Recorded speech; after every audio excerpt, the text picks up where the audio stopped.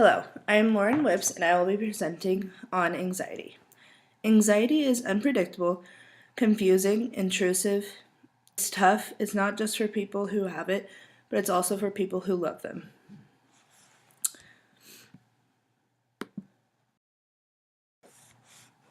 Anxiety disorders affect 18.1% of adults in the United States, which is approximately 40 million adults between the ages of 18 and 54, according to the National Institute of Mental Health. Approximately 30% of the adults population in North America have an disorder.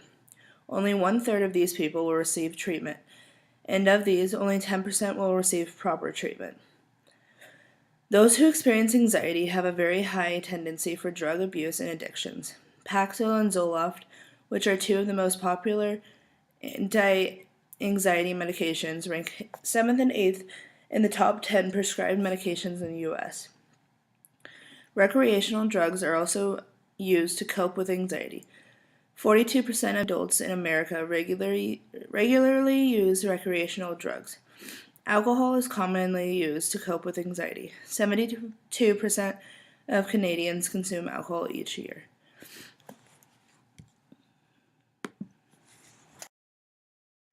Excessive worry.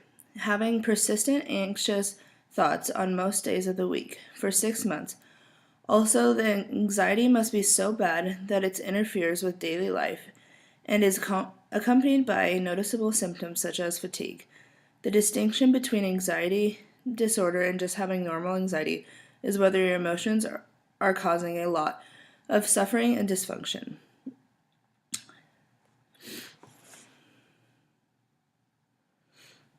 So, sleep problems. Trouble falling asleep or staying asleep is associated with a wide range of health conditions.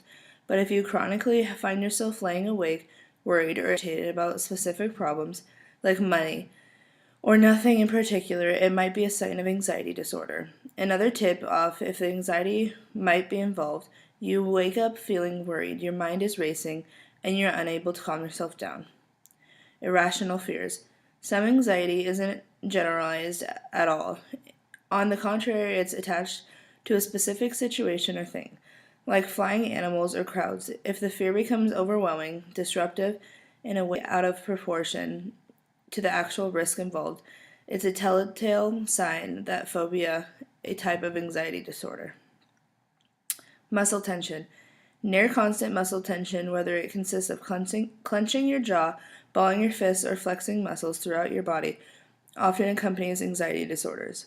This symptom can be so persistent and persuasive that people who have lived with it for a long time may stop noticing it after a while. Regular exercise can help keep muscle tension under control. Chronic indigestion. Anxiety may start in the mind, but it often infests itself in the body through physical symptoms like chronic digestive problems. Irritable bowel syndrome, or IBS, can basically be anxiety in the digestive tract. IBS isn't always related to anxiety, but the two often occur together and can make each other worse. Stage fright. Most people get at least a few butterflies before addressing a group of people or otherwise being in the spotlight. If the fear is so strong that no amount of coaching or practice will relieve it, if you spend a lot of time thinking and worrying about it, you may have a form of social anxiety disorder, also known as social phobia. People with social anxiety tend to worry for days or weeks leading up to the particular event or situation. And if they do manage to go through with it, they tend to be deeply uncomfortable and may dwell on it for a long time after, wondering how they were judged. Self-consciousness. Social anxiety disorder doesn't always involve speaking to a crowd or being the center of attention. In most cases, the anxiety is provoked by everyday situations. In these situations, people with social anxiety disorder tend to feel like all eyes are on them, and they often experience blushing, trembling, nausea, diffuse sweating, or difficulty talking. These symptoms can be so disruptive that they make it hard to meet new people, maintain relationships, and advance at work or school. Panic attacks. Panic attacks can be terrifying. Picture a sudden gripping feeling or fear and helplessness that can last for several minutes, accompanied by scary physical symptoms such as breathing problems or pounding or racing heart. Tingling, numb hands, sweating, weakness or dizziness, chest pains, stomach pain, and feeling hot or cold. Not everyone who has a panic attack has an anxiety disorder. Flashbacks. Reliving a disturbing or traumatic event, a violent encounter, the sudden death of a loved one, is a hallmark of post traumatic stress disorder, PTSD, which shares some features with anxiety disorders. Until very recently, in fact, PTSD was seen as a type of anxiety disorder rather than a standalone condition. But flashbacks may occur with other types of anxiety as well. Perfectionism. The finky and obsessive mindset known as perfectionism goes hand in hand with anxiety disorders. If you are constantly judging yourself or you have a lot of anticipatory anxiety about making mistakes or falling short of your standards, then you probably have an anxiety disorder. Compulsive behaviors.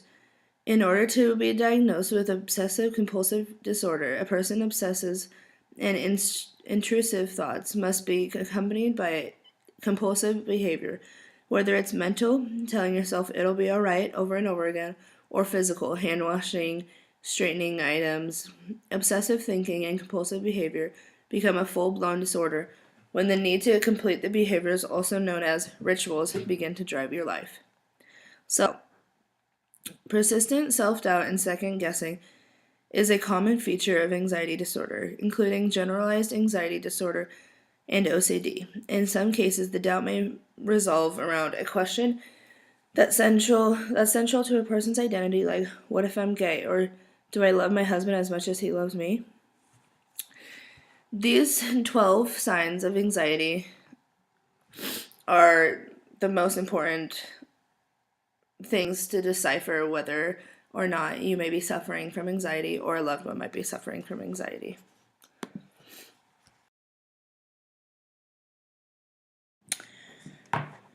Approximately 40 million adults in the United States have some type of anxiety disorder, and many more might not realize it.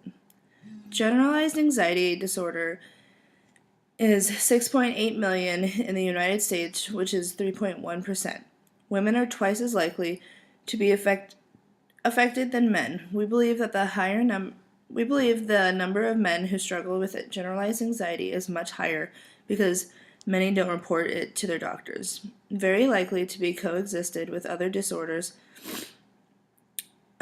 For ourselves and our loved ones, we need to pay attention to the signs of anxiety so we're able to be there for others who struggle, or to be there to admit it to ourselves that we might need help.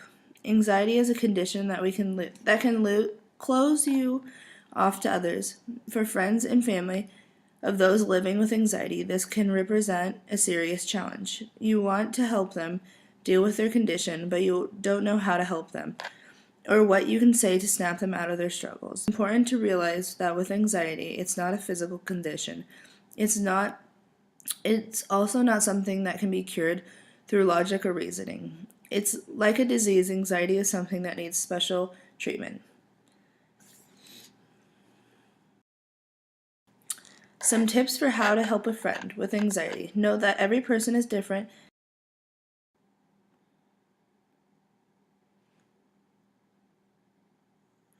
Anxiety is something that won't change overnight.